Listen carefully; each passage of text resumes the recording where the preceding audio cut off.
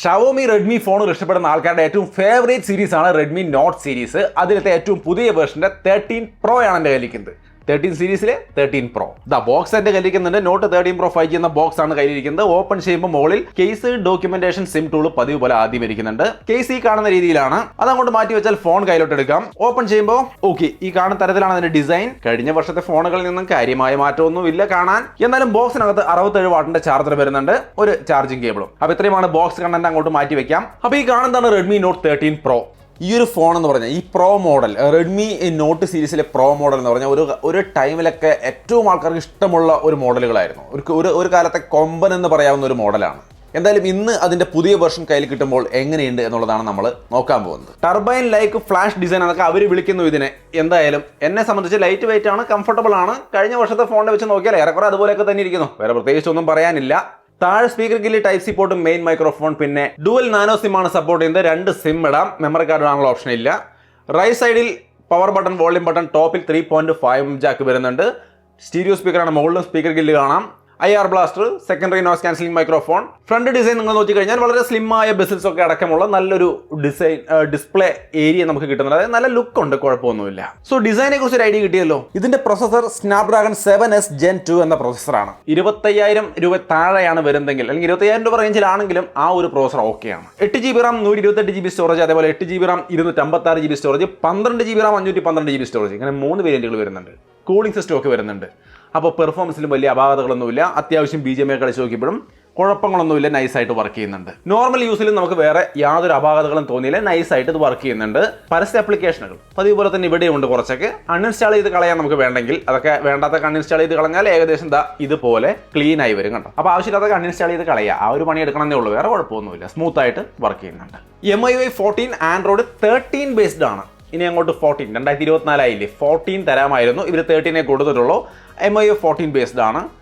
MIUI ഡയലറൊക്കെയാണ് വരുന്നത്. പിന്നെ 3 വർഷത്തെ ആൻഡ്രോയിഡ് അപ്ഡേറ്റും 4 വർഷത്തെ സെക്യൂരിറ്റി അപ്ഡേറ്റും തരുന്നുണ്ട്. ഈ ഒരു പ്രൈസിന്റെ റേഞ്ച് വെച്ച് നോക്കുമ്പോൾ അതൊക്കെ ഓക്കെയാണ്. ഇനി ഇതിന്റെ ബാറ്ററി നോക്കിയാൽ 5100 mAh ബാറ്ററിയും 67 വാട്ടിന്റെ ഫാസ്റ്റ് ചാർജിങ് കൊടുത്തിട്ടുണ്ട്. അതും ഡീസന്റ് ആണ് ഈ ഒരു വിലയ്ക്ക്. ഇനി ഇതിന്റെ ഡിസ്പ്ലേ എങ്ങനെയുണ്ട് എന്ന് നോക്കി കഴിഞ്ഞാൽ ഞാൻ പറഞ്ഞ പോലെ കാണാൻ നല്ല ഡീസന്റ് ഡിസ്പ്ലേ ആണ്. ബോർഡർ ഒക്കെ വളരെ കുറവാണ്. വൈഡ് വൈ L1 സർട്ടിഫിക്കേഷൻ ഉണ്ട്. ഡോൾബി വിഷൻ സപ്പോർട്ട് ഉണ്ട്. എല്ലാ സംഭവങ്ങളും ഇതിൽ സപ്പോർട്ട് ചെയ്യുന്നുണ്ട്. സോ വിഷ്വൽ ക്വാളിറ്റിക്ക് ഒരു പ്രശ്നമില്ല. ഏത് ആംഗിളിൽ എങ്ങനെ വെച്ച് വേണമെങ്കിൽ നിങ്ങൾക്ക് വീഡിയോസ് കാണാം. പീക്ക് ബ്രൈറ്റ്നസ് 1800 നിറ്റ്സ് വരുന്നുണ്ട്. 1200 നിറ്റ്സ് ആണ് ഗ്ലോബൽ ബ്രൈറ്റ്നസ്. 500 നിറ്റ്സിന്റെ നോർമൽ ബ്രൈറ്റ്നസ് നമുക്ക് കിട്ടുന്നുണ്ട്. സോ ബ്രൈറ്റ്നസിന്റെ പോയിന്റ് ഓഫ് വ്യൂ ഒരു പ്രശ്നമില്ല, സെറ്റ് ആണ്. ഈ ഡിസ്പ്ലേ ഫിംഗർ പ്രിന്റ് സെൻസറിന്റെ പെർഫോമൻസ് നിങ്ങൾക്ക് ഇവിടെ കാണാം. യാതൊരു പ്രശ്നമില്ല, വളരെ ഫാസ്റ്റ് ആയിട്ട് വർക്ക് ചെയ്യുന്നുണ്ട്. സോ മൊത്തത്തിൽ ഇതിന്റെ display, in display finger print sensor ആ ഭാഗങ്ങളൊക്കെ ഓക്കെയാണ്. സൗണ്ട് ക്വാളിറ്റി ജസ്റ്റ് ഒന്ന് കേൾപ്പിച്ചു തരാം. ഡുവൽ സ്റ്റീരിയോ സ്പീക്കർ ഒക്കെ ഉണ്ടല്ലോ.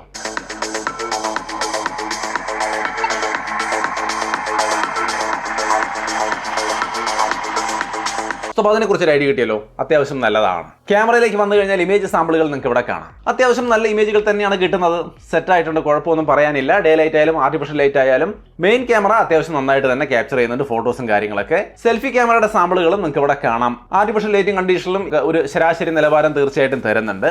വീഡിയോയിലേക്ക് വന്നു കഴിഞ്ഞാൽ ഈ കാണുന്ന തരത്തിലാണ് വീഡിയോ ക്വാളിറ്റി. അത്യാവശ്യം കുഴപ്പമില്ലാത്തൊരു വീഡിയോ ക്വാളിറ്റിയും ഇതിന്റെ മെയിൻ ക്യാമറ തരുന്നുണ്ട്. 4K ഒക്കെ സപ്പോർട്ട് ചെയ്യുന്നുണ്ട്. അത്യാവശ്യം ആ ഒരു വൈകുന്നേരം നേരത്താണ് ഞാൻ ഈ ഒരു വീഡിയോ എടുക്കുന്നത്. അത്യാവശ്യം നല്ല ഒരു ഡീസന്റ് കളറും കാര്യങ്ങളൊക്കെയാണ്. സെൽഫി വീഡിയോയിലേക്ക് വന്നു കഴിഞ്ഞാൽ അത്യാവശ്യം നല്ല വീഡിയോ ക്വാളിറ്റിയാണ്. സ്റ്റെബിലൈസേഷന്റെ ചെറിയൊരു കുറവ് കാണുന്നുണ്ടെങ്കിലും വീഡിയോ ക്വാളിറ്റി കാണാൻ നന്നായിട്ടുണ്ടെന്നാണ് ഞാൻ വിചാരിക്കുന്നത്. ഡേ ലൈറ്റിൽ നന്നായിട്ടുണ്ട്. ലൈറ്റ് തീരെ കുറവുള്ള സാഹചര്യങ്ങളിലേക്ക് വരുമ്പോൾ, അതായത് നമ്മളിപ്പോൾ ഇൻഡോറിൽ പോവുകയാണെങ്കിൽ ഇതുപോലുള്ളൊരു വീഡിയോ ക്വാളിറ്റിയാണ്. അത്ര കണ്ടൊരു സാറ്റിസ്ഫാക്ഷൻ എനിക്ക് തോന്നിയില്ല. ഇതിൽ 200 മെഗാപിക്സലിന്റെ മെയിൻ ക്യാമറയാണ്. OIS-ഉം EIS ഒക്കെ സപ്പോർട്ട് ചെയ്യുന്ന മെയിൻ ക്യാമറയാണ്. അതുകൊണ്ടാണ് നമുക്ക് ആ സ്റ്റേബിളായ നല്ല വീഡിയോസ് കിട്ടിയത്.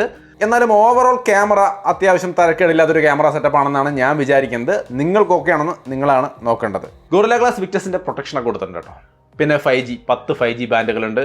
ഡോൾബി അറ്റ്മോസ് സൗണ്ടും കാര്യങ്ങളും സപ്പോർട്ട് ചെയ്യുന്നുണ്ട്. ഹൈറസ് ഓഡിയോ സപ്പോർട്ട് ചെയ്യുന്നുണ്ട്. വേറെ അപാകതകളൊന്നും ഇല്ല ഈ ഫോണിനകത്ത്. അത്യാവശ്യം നല്ല ഫോൺ. ഡിസൈൻ നന്നായിരിക്കുന്നു, ഡിസ്പ്ലേ നന്നായിരിക്കുന്നു, ബാറ്ററിയും ചാർജിങ്ങും ഓക്കെയാണ്. അതേപോലെ പെർഫോമൻസ്, എല്ലാ കാര്യങ്ങളും ആ ഒരു പ്രൈസിന് 25 രൂപ റേഞ്ചിൽ, 24-25 രൂപ റേഞ്ചിൽ വരികയാണെങ്കിൽ, അതിൽ കുറവ് വരികയാണെങ്കിൽ തീർച്ചയായിട്ടും അടിപൊളിയാണ് കേട്ടോ. അതിലും മുകളിലേക്ക് പോകണമെങ്കിൽ അത്ര പോരാന്ന് പറയും ഞാൻ. പക്ഷേ 25 രൂപ താഴെ നിൽക്കുകയാണെങ്കിൽ തീർച്ചയായിട്ടും കഴിഞ്ഞ വർഷമൊക്കെ നമ്മൾ കണ്ട റെഡ്മി നോട്ട് 12 Pro പോലെയൊക്കെ ഒരു നല്ല റെഡ്മി ഫോൺ, നിങ്ങളൊരു പുതിയ റെഡ്മി ഫോൺ എടുക്കാൻ പോകുമ്പോൾ തീർച്ചയായിട്ടും ഇത് പരിഗണിക്കാം. നിങ്ങളിൽ ഓൾറെഡി റെഡ്മി നോട്ട് 12 Pro ഉണ്ടെങ്കിൽ പിന്നെ ഇതിലേക്ക് വല്ലാണ്ട് അങ്ങോട്ട് നോക്കേണ്ട ആവശ്യമുണ്ടെന്ന് എനിക്ക് തോന്നുന്നില്ല. എൻ്റെ പേഴ്സണൽ ഒപ്പീനിയനാണ്. ഇതിന് പ്ലസ് വേരിയൻ്റ് ഉണ്ട് കേട്ടോ. അത് അതിനെക്കുറിച്ച് എനിക്ക് അറിയില്ല, ഡീറ്റെയിൽസ് നമുക്ക് കിട്ടിയിട്ടില്ല.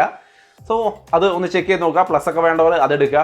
പ്ലസ് കഴിഞ്ഞ വർഷവും പ്ലസ് ഒന്നും അധികം ആരും എടുത്ത് ഞാൻ കണ്ടില്ല.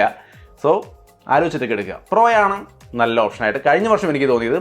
ഈ വർഷം നോക്കാം ഏതായിരിക്കും നല്ലതെന്ന്. സോ മൊത്തത്തിൽ തരക്കേടില്ലാത്തൊരു ഫോണാണ്. ഇതിൻ്റെ പർച്ചേസ് ലിങ്കും കാര്യങ്ങളും ഡിസ്ക്രിപ്ഷനിൽ കൊടുക്കാം. കൃത്യമായിട്ടുള്ള വില എനിക്കിപ്പോഴേക്ക് അറിയില്ല. അറിയുന്ന വഴിക്ക് അതും ഡിസ്ക്രിപ്ഷനിൽ ഞാൻ കൊടുത്തേക്കാം. സോ അപ്പോൾ എന്തായാലും വീഡിയോ ഇഷ്ടപ്പെട്ടാൽ ലൈക്ക് ചെയ്യാനും ഷെയർ ചെയ്യാനും മറക്കണ്ട. വീണ്ടും ഒരു വീഡിയോയിൽ കാണാം. ബൈ.